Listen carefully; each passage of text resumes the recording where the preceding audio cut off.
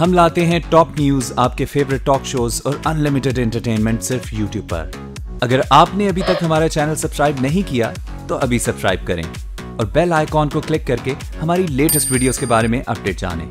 Subscribe कीजिए और हम आपको लिए चलेंगे आपकी फेवरेट वीडियो की तरफ।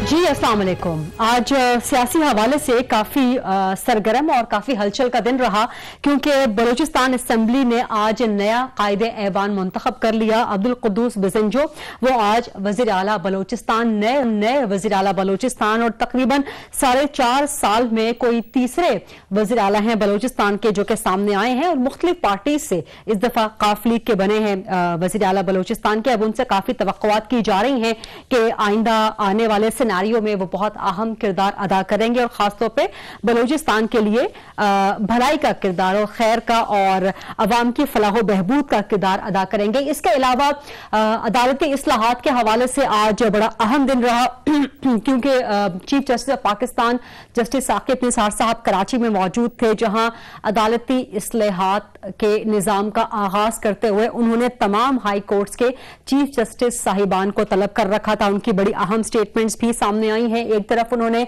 इस बात को तस्लीम किया है कि इंसाफ में ताखीर हो रही है, वहीं पर हिदायत भी जारी की हैं मातहत अदलिया के लिए और अदलिया के लिए जो लिमिटेशंस हैं उनका भी जिक्र किया है कि आखिर इंसाफ में इतनी ताखीर क्यों हो रही है। लेकिन इसके अलावा, इन सब मामलात के अलावा खासतौर पर इस बात से कनेक्शन रखते हुए कि अदालती इस्लाहात के निज़ाम का बाकायदा पाकिस्तान में आज आगाज हुआ है, तो वहीं दूसरी तरफ कराची में ही शाहजेब कत्ल केस, इसकी दोबारा से सुनवाई जो है वो शुरू हो रही है और उसमें बड़ी अहम पेशरफ्त हुई है कि सिविल सोसाइटी जो केस लेकर गई थी उस केस को काबिल समात, उस दरखास्त को काबिल समात करार दे दिया है सुप्रीम कोर्ट ने।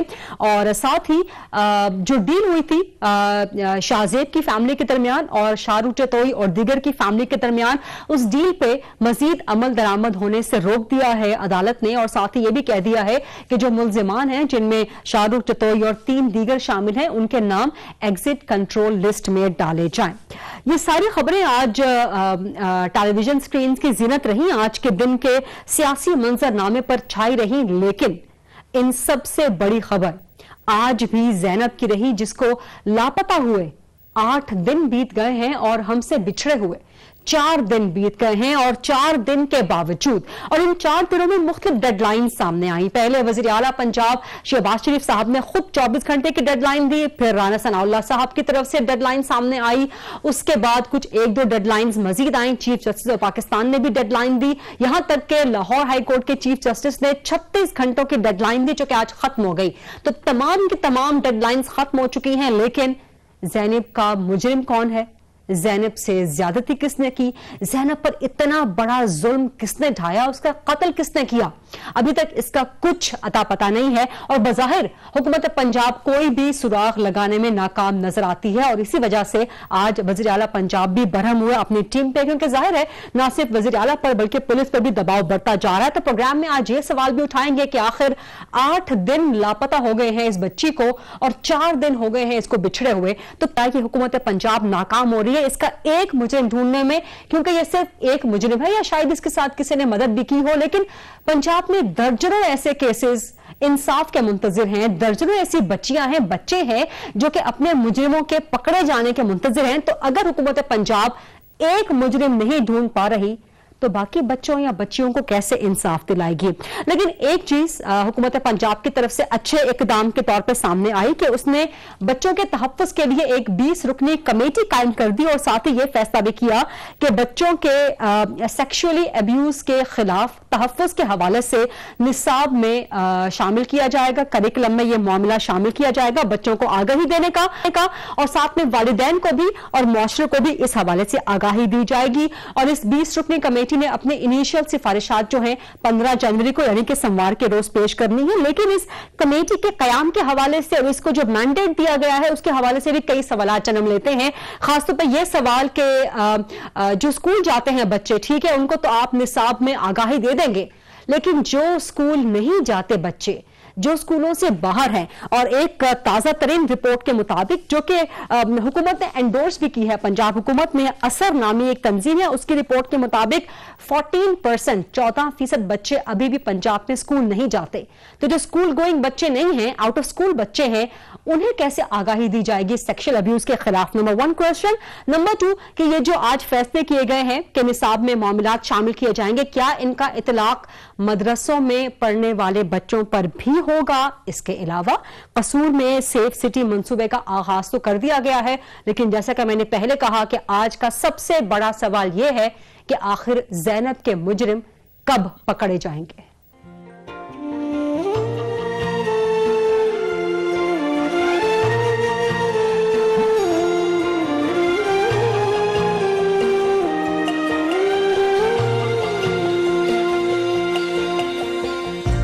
जो अब किए होता था ऐसा न कीजो, अगले जन्म मोहे बेटिया न कीजो, अगले जन्म मोहे बेटिया न कीजो।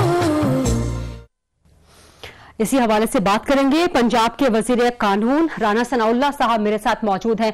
अस्सलाम वालेकुम राना सनाउल्लाह साहब, बहुत शुक्रिया आज प्रोग्राम के लिए वक्त देने पे। और चूंकि आज ही ये बच्चों के तहफ्फुज के हवाले से कमेटी बनी है, अच्छा इकदाम किया है, लेकिन सबसे पहला सबसे बड़ा सवाल आज का कि ज़ैनब का मुजरिम, जबकि उसको लापता हुए 8 दिन और उसको हमसे बिछड़े 4 दिन हो गए हैं, अभी तक क्यों नहीं पकड़ा जा सका? क्या हुकूमत पंजाब नाकाम हो गई है राना सना साहब?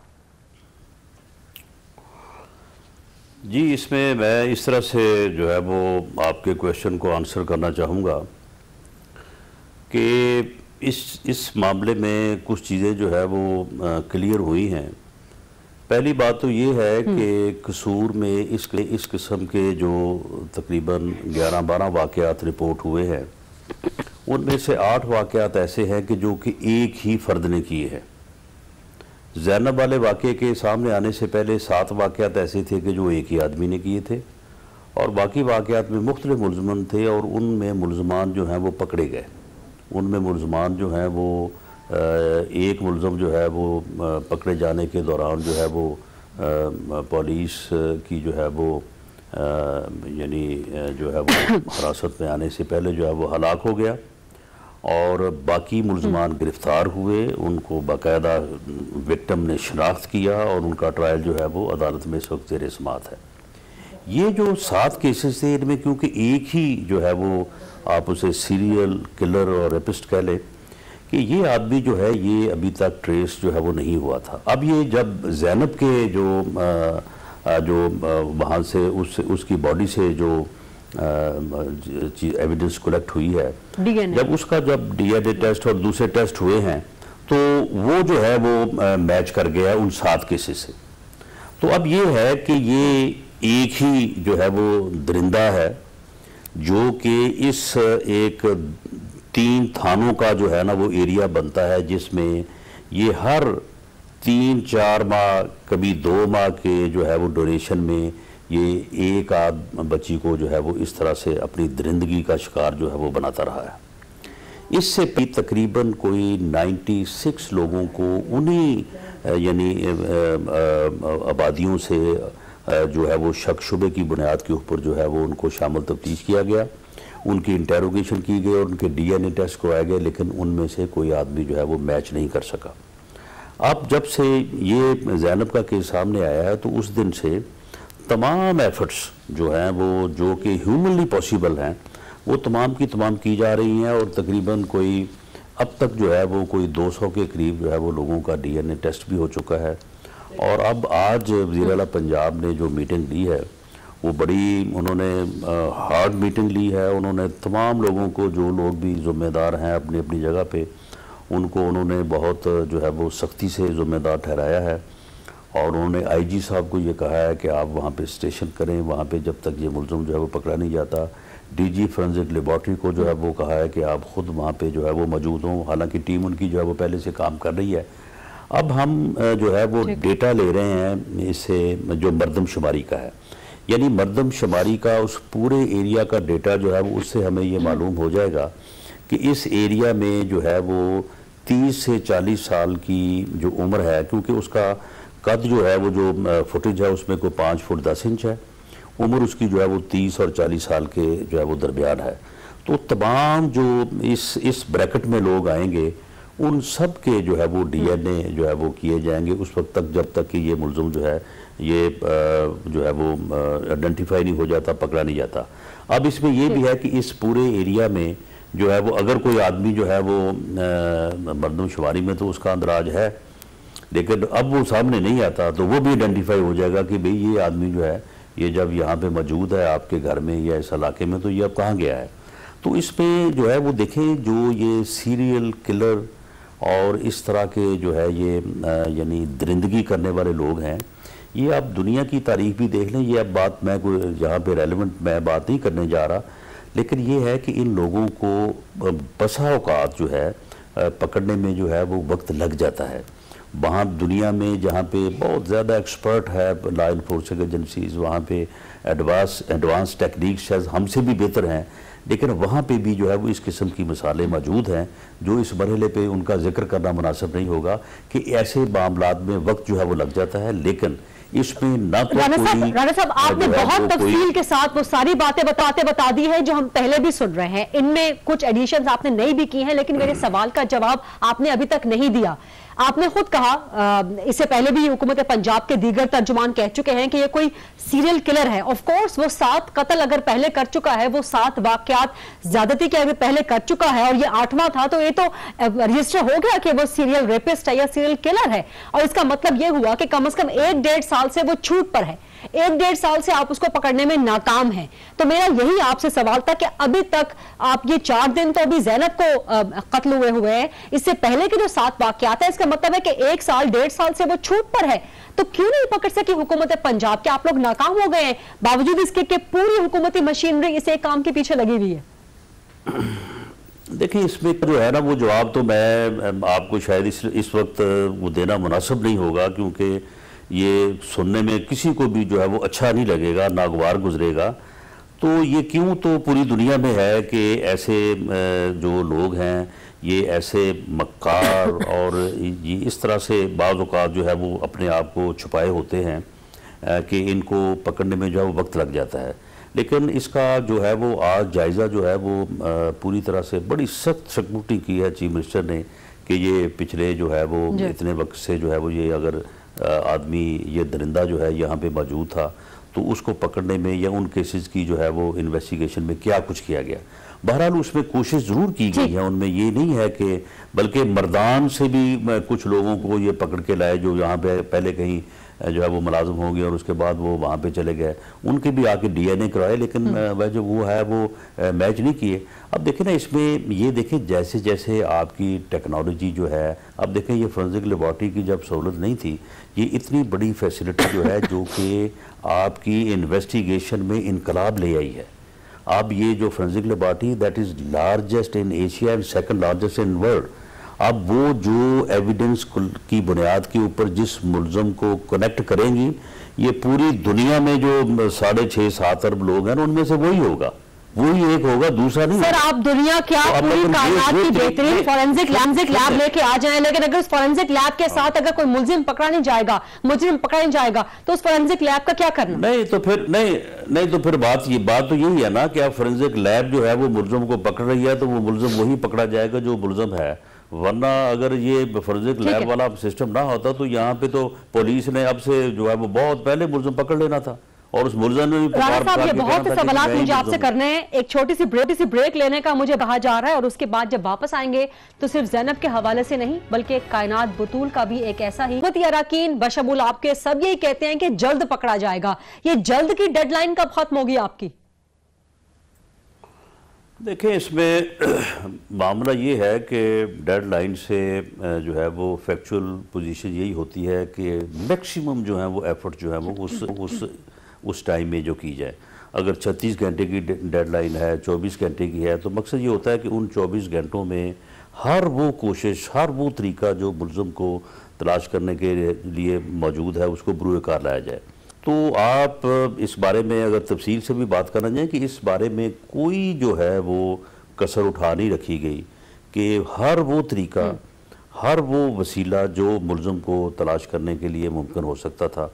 अब भी देखिए, इस वक्त भी जिन मुलज़मों के जो है वो आज DNA टेस्ट भेजे गए हैं, हमें उनके ऊपर भी जो है वो बड़ी उम्मीद है कि इनमें से कोई ना कोई आदमी जो है वो निकल सकता है, जो रिजेम्बलेंस जो राना साहब पूरी कौम मुंतजिर है कि ज़ैनब का मुजरिम कब पकड़ा जाता है। तो फिर इतना बता दें 24 घंटे में पकड़ा जाएगा, 48 घंटों में पकड़ा जाएगा, 3 दिन में पकड़ा जाएगा, या 1 हफ्ता लगे?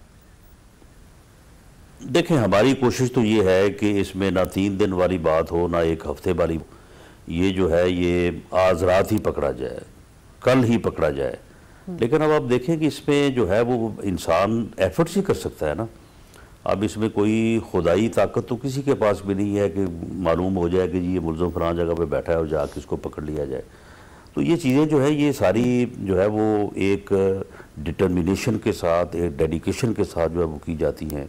और आज भी जो है वो चीफ मिनिस्टर साहब ने अब IG साहब को, DG लैब को, उनको कहा जी बैठे वहाँ पे जाके और मुझे मुलज़म जो है वो विदिन मिनिमम पॉसिबल टाइम जो है ना इसको पकड़े, हर कीमत पे जो है इसको, जब तक ये मुलज़म पकड़ा नहीं जाता उस वक्त तक जो है ना पूरी, यानी हर आदमी जो है, गवर्नमेंट क्या हर आदमी जो है वो बिल्कुल इसी तरह गिरफ्तार है जिस तरह से आपने जिक्र किया है कि पूरी कौम को, पूरी कौम मुंतज़िर है, यानी कौम क्या ज़ैनब के वालिदैन पाकिस्तान से ताल्लुक़ है, उन लोगों को भी जो है इसी तरह से इस बात के ऊपर तशवीश है। सर, इन बच्चियों के वालिदैन सबसे ज्यादा मुंतज़िर हैं। हमें इतना दुख है तो इन बच्चियों के वालिदैन को कितनी कर्ब की सूरत हाल से गुजरना पड़ेगा। और हम सिर्फ राना साहब, हम सिर्फ ज़ैनब की बात नहीं कर रहे, लेकिन मैं यहाँ पे ये बात करनी चाहूँगा कि ये जो फॉलो अप है, फॉलो अप एक वक्त में तो हमारा इतना फोकस होता है जिस तरह से हम बात कर रहे हैं, लेकिन उसके बाद with the passage of time जो है ना हमारा फॉलो अप बिल्कुल ख़त्म हो जाता है। यही कसूर में ही एक वाक़या हुआ था, जब वो वाक़या हुआ था तो उस वक्त फोकस शायद इससे भी ज़्यादा था, लेकिन उसके बाद जो है ना फिर कोई पूछने को तैयार नहीं है कि भाई इसमें JIT बनी, इसकी इन्वेस्टिगेशन हुई, इसमें क्या सच था क्या झूठ था, कितने मुलज़म पकड़े गए, कितने गुनाहगार थे, उनका क्या कहाँ पे ट्रायल हो रहा है, कौन सी डेट है, कब फैसला आएगा। सर वो फॉलो अप आपने देना है ना, वो फॉलो अप आपने देना है, वो फॉलो अप आप लोगों ने देना है। आप लोगों ने JIT बनाई, आप लोगों ने, सर आपने आके कह दिया कि वो प्रॉपर्टी का, सर आपने कहा था वो प्रॉपर्टी का डिस्प्यूट लेता नहीं है, आपने यही कहा था ना कि वो कोई मसला था डिस्प्यूट वो बाद में इन्वेस्टिगेशन में वो बात साबित हुई है। यानी बात तो ये है ना कि अगर हम फॉलो अप करें तो फिर नहीं लास्ट फॉलो अप ये नहीं था। बात यह है कि अगर हम फॉलो अप करें तो फिर सारी हकीकत जो है ना वो पूरी कौम के सामने आए, जो इस किस्म के घरौने चेहरे हैं वो बेनकाब हों। लेकिन बाद में तो फिर जो है ना पकड़ेंगे ना, आप पकड़ेंगे तो मजीद आगे फॉलो अप करेंगे ना, और आपने नहीं पकड़ा इसलिए तो आपको सारे प्रोग्राम में बुलाया। सर मेरे साथ सुन लेना इसमें भी पकड़ेंगे और इंशाल्लाह उसमें सारे मुलज़म जो है वो पकड़े गए और उनकी प्रॉपर इन्वेस्टिगेशन हुई, उनका चलान अदालत में है और वो जो है वो अपना ट्रायल फेस कर रहे हैं। हमारा दिल करता है कि हम हुकूमत पर यकीन करें जब वो हमें यकीन दिलाती है कि मुजरिम पकड़े जाएंगे, लेकिन वालिदैन को इतना यकीन नहीं है। हमारी ज़ैनब के भी वालिद साहब से बात हुई है और कायनात के वालिद साहब एहसान इलाही साहब इस वक्त मेरे साथ मौजूद हैं। अस्सलाम वालेकुम एहसान इलाही साहब। वालेकुम अस्सलाम। बहुत शुक्रिया जी आपका वक्त देने के लिए। आप एक बहुत कर्बनाक सूरत हाल से गुजर रहे हैं और इस दौरान अगर हमने आपको डिस्टर्ब किया हो, जहमत दी हो तो उसके लिए भी आपसे माजरत खां हैं। मुझसे भी आप बात कर सकते हैं, राना सनाउल्लाह साहब से भी आप बात कर सकते हैं। हम दुआ गए हैं कि कायनात को अल्लाह जल्दी सेहत दे, लंबी उम्र दे उसको। लेकिन ये बताएं कि उसका इलाज सही तरीके से हो रहा है? हुकूमत पंजाब सही तरह से इलाज करवा रही है उसका? हाँ जी। अच्छा, और इमरान खान साहब ने भी ऐलान किया था कि वो इलाज के लिए मदद करेंगे, उनकी तरफ से कोई राब्ता हुआ है? नहीं, कोई राब्ता नहीं हुआ। इमरान खान साहब की तरफ से कोई राब्ता नहीं हुआ इलाज के लिए? नहीं। और मलिक रियाज साहब ने भी ऐलान किया था, उनकी तरफ से कोई राब्ता? जी एहसान साहब आप सुन पा रहे हैं मुझे? हाँ जी मैं अब सुन पा रहा हूँ। ठीक है, तो आप कह रहे हैं मलिक रियाज साहब की तरफ से राब्ता हुआ था? बिल्कुल। अच्छा, टीम भी आई थी मुझे लेने के लिए। अच्छा, हॉस्पिटल में मिलते भी गई है डॉक्टर, लेकिन इमरान खान साहब की तरफ से नहीं हुआ राब्ता? जी। अच्छा ठीक है, तो आप मुतमईन हैं? आप चिल्ड्रन हॉस्पिटल से ही अपनी बेटी का इलाज करवाना चाहते हैं? हाँ, मैं इस वक्त मैं मुतमईन हूँ। ओके ओके, ठीक है। और ये बताएं कि आपको इंसाफ के हवाले से हुकूमत से उम्मीद है? राना सनाउल्लाह साहब हमारे साथ हैं, आप इनसे कुछ कहना? इंशाअल्लाह मुझे उम्मीद है कि पंजाब पुलिस, पंजाब की जो भी जानबाज है वो इंशाअल्लाह मुझे इंसाफ देंगे।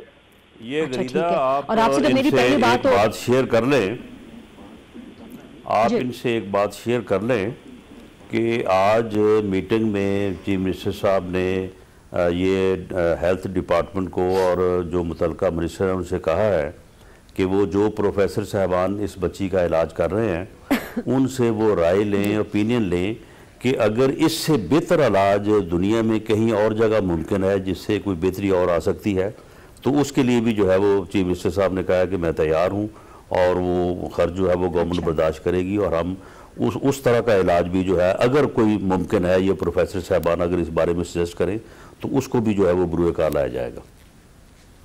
अगर मेडिकल बोर्ड प्रपोज करे तो एहसान साहब आपने सुन लिया राना सनाउल्लाह साहब की बात? जी। ठीक है, तो मेडिकल बोर्ड अगर कहता है और आपकी बेटी को अगर इलाज की जरूरत है तो हुकूमत पंजाब कह रही है, वज़ीर आला साहब कह रहे हैं कि बाहर भी भेजा जा सकता है अपने खर्चे पे।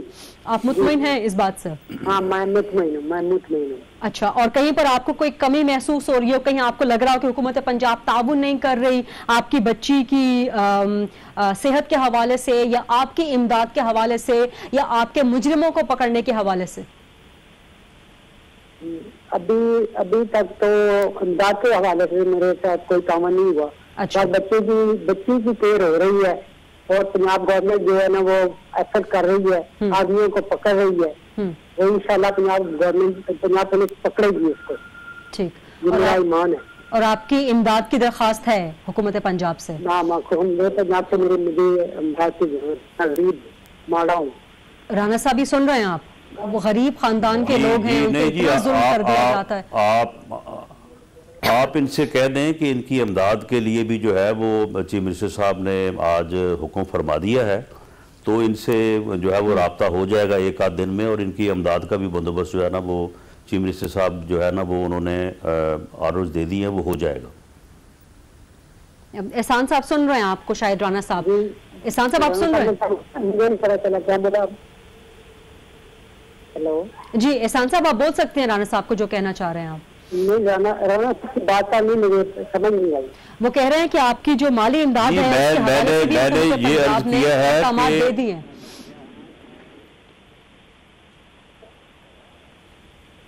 हेलो जी, राना साहब आप कहें, बता दें, सुन रहे हैं आपको एहसान साहब।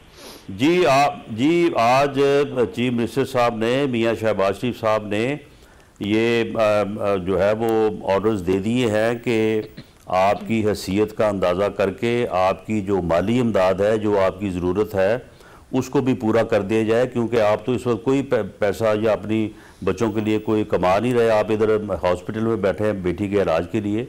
तो उस सिलसिले में भी इमदाद का जो है वो हुक्म चीफ मिनिस्टर साहब ने दे दिया है, एक आध दिन में जो है वो आप तक पहुँचेंगे लोग। ठीक है जी, मेहरबानी, बहुत शुक्रिया। एहसान साहब आपका शुक्रिया कि आपने वक्त दिया है, आप इतनी परेशानी में वक्त गुजार रहे हैं, अपनी बच्ची की केयर भी कर रहे हैं।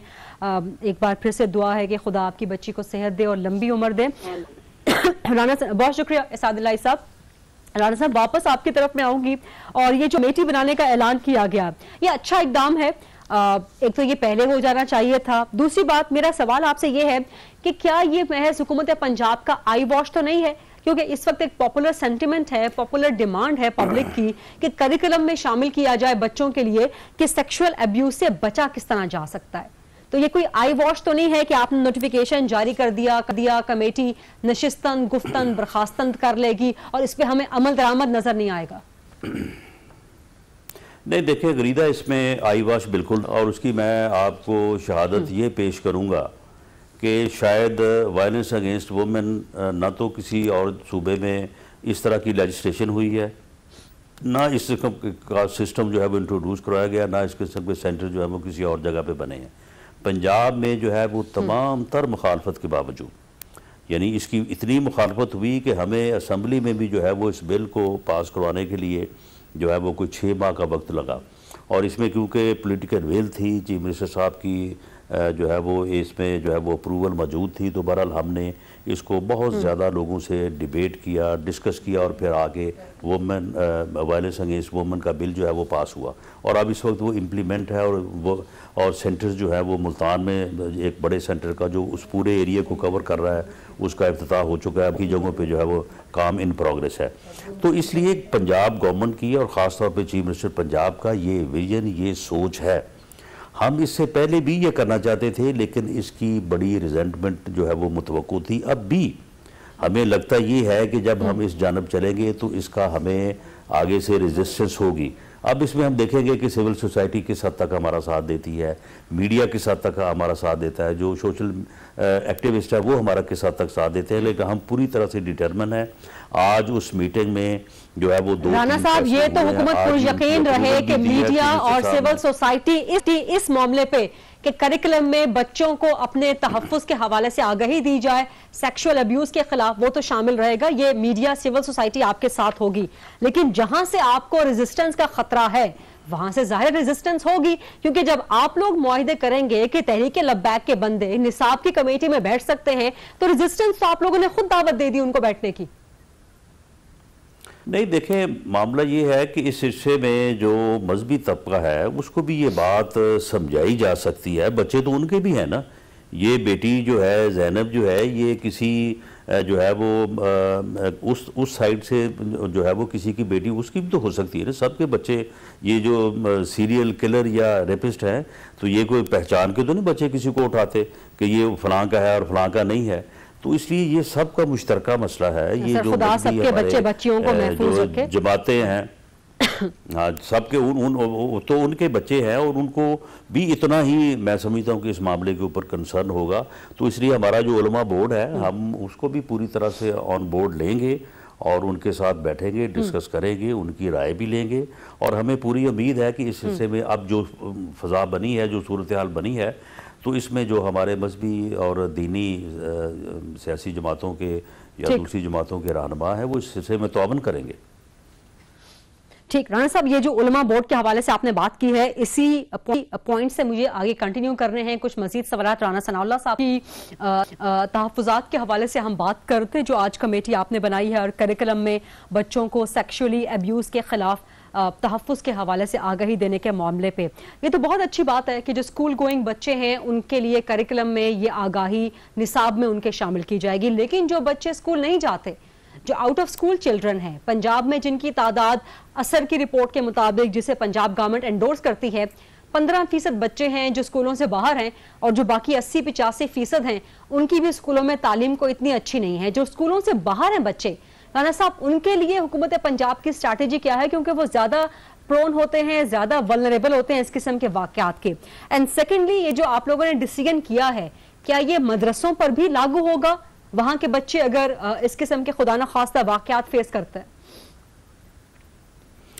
देखिए, पहले ये है कि 85% बच्चे जो हैं वो तो इससे मुस्तफ़ीद होंगे। बाकी जो 15% बच्चे जो स्कूलों से बाहर हैं उनके लिए बड़ा सीधा सवाल है और ये ज़िम्मेदारी है। ये 85% जो तादाद है ये भी पिछले सालों में जो है वो बड़ी तेज़ी से जो है वो ऊपर आई है। तो ये 100% बच्चे स्कूलों में आने चाहिए। उसमें आगे 1 साल लगे, 2 साल लगे, 3 साल लगे, इसमें तो कोई दूसरी बात है ही नहीं कि उन बच्चों को जो है वो स्कूल में नहीं आना चाहिए। इसमें आपने देखा होगा जो हमारा पंजाब गवर्नमेंट का वज़ीर आला का इनिशिएटिव है, जिसमें भट्टा मज़दूर के बच्चों को इसी तरह से अब हम जा रहे हैं वर्कशॉप की तरफ, रेस्टोरेंट्स की तरफ, पेट्रोल पंप्स की तरफ। तो वो सारे बच्चे वही हैं जो स्कूलों से बाहर हैं। और उन बच्चों को जो भट्टा मज़दूर के यानी पे ऊपर बच्चे थे, उनमें से हर बच्चे के माँ बाप को इस बात के ऊपर कि उनका शुक्रिया कि उन्होंने बच्चे अपने को स्कूल लेके आए हैं। 2000 रुपये फी बच्चा जो है उनको वो शुक्रिया के तौर पे दिया जाता है। उसके बाद 1000 रुपये उस बच्चे को हर माह वजीफ़ा दिया जाता है, किताबें उसके अलावा, यूनिफॉर्म उसके अलावा, स्कूल की फ़ीस उसके अलावा। तो इस तरह से बाकी भी जो बच्चे वर्कशॉप्स पे हैं, जो पेट्रोल पंप्स पे हैं, जो रेस्टोरेंट्स पे हैं, जब वो सारे आ जाएंगे तो मेरा ख्याल है कि ये तादाद जो है वो नियर टू 100% जो है वो पहुँच जाएगी। जहाँ तक आपने बात की कि मदरसों के बच्चों का, बिल्कुल हम उलमा बोर्ड को किस लिए जो है वो ऑन बोर्ड ले रहे हैं। हम जो उलमा हैं उनको इसीलिए अपने साथ बैठा रहे हैं, उनको हम इस बात को अपनी बात से मुतफिक करेंगे, जो वो बात करेंगे जो समझने वाली, मुतफिक होने वाली, उससे भी होंगे, और एक कंसेंसस के साथ एक ऐसा अमल करेंगे जो कि स्कूल्स में भी होगा और उसी पैटर्न के ऊपर जो है वो मदारस में भी होगा।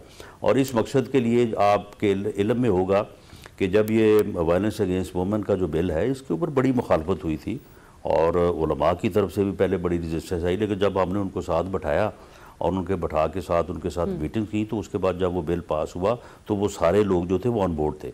तो इसी तरह से हम इसको भी जो है वो ऑन बोर्ड करके सबको जो है वो मजहबी तबकात भी और दूसरे भी सब जो है उस करिकुलम के वो जो हिस्से होंगे उसके ऊपर मुतफिक होंगे। अब इसमें देखें ना, उसमें ये है कि उसको यानी जो बच्चों को एजुकेट करना है वो किस हद तक करना है और किस हद तक ज़रूरी है, उस हद से आगे नहीं बढ़ना चाहिए। अगर हमारा फिर भी एक अपना एक मुआशरा है तो उस हद को जो है वो उस सर्वर लाइन को जो है वो बिल्कुल पेश नज़र रखेंगे। राना साहब, ये आपने बड़ी एक डिबेटेबल बात छेड़ दी है, लेकिन प्रोग्राम का बिल्कुल एंड हो चुका है, तो लेट्स सी कि आपकी कमेटी किस तरह से काम करती है। फिर उसके बाद हम आपसे बात करेंगे, डिस्कशन करेंगे कि आप लोगों ने हद कहां तक मुतय्यन की है और ये लोगों ने मुतय्यन की है कि बच्चों को किस हद तक आगाही देनी है, उस हद से आगे आगाही नहीं देनी, और इसके लिए मुख्तलिफ आप लोग रिजर्वेशन सामने लाएंगे। ये बाद में डिस्कस होगा जब आप लोग करिकुलम में शामिल करने जाएंगे, और हम will keep a strict check on that. Thank you so much Rana sahab आज के लिए। आज का program I'll see you tomorrow. Allah Hafiz.